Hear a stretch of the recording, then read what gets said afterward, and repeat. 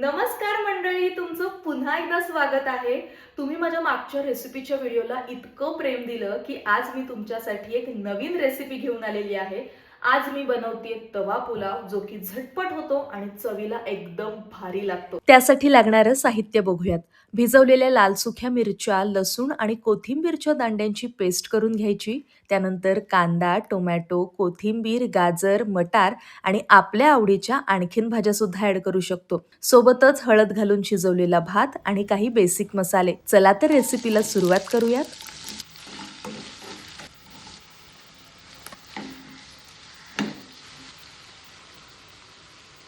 धण्याची पूड, जिरे पूड, लाल मसाला, पावभाजी मसाला,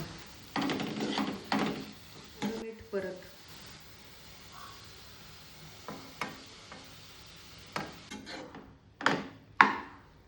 कोथिंबीर,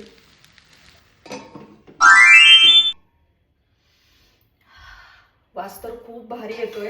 आता या वासानेच मला खूप भूक लागायला सुरुवात झाली आहे. पण मला एक सांगा की तुम्हाला माझ्या रेसिपीचे व्हिडिओ आवडतात का आणि आणखीन रेसिपीचे व्हिडिओ बघायला आवडतील का, हे सुद्धा मला कॉमेंटमध्ये नक्की सांगा. कारण मी नेहमीच वेगवेगळ्या रेसिपी बनवत असते आणि त्या मला तुमच्यासोबत शेअर करायला नक्की आवडतील. तर चला आता जेवायची तयारी करूयात.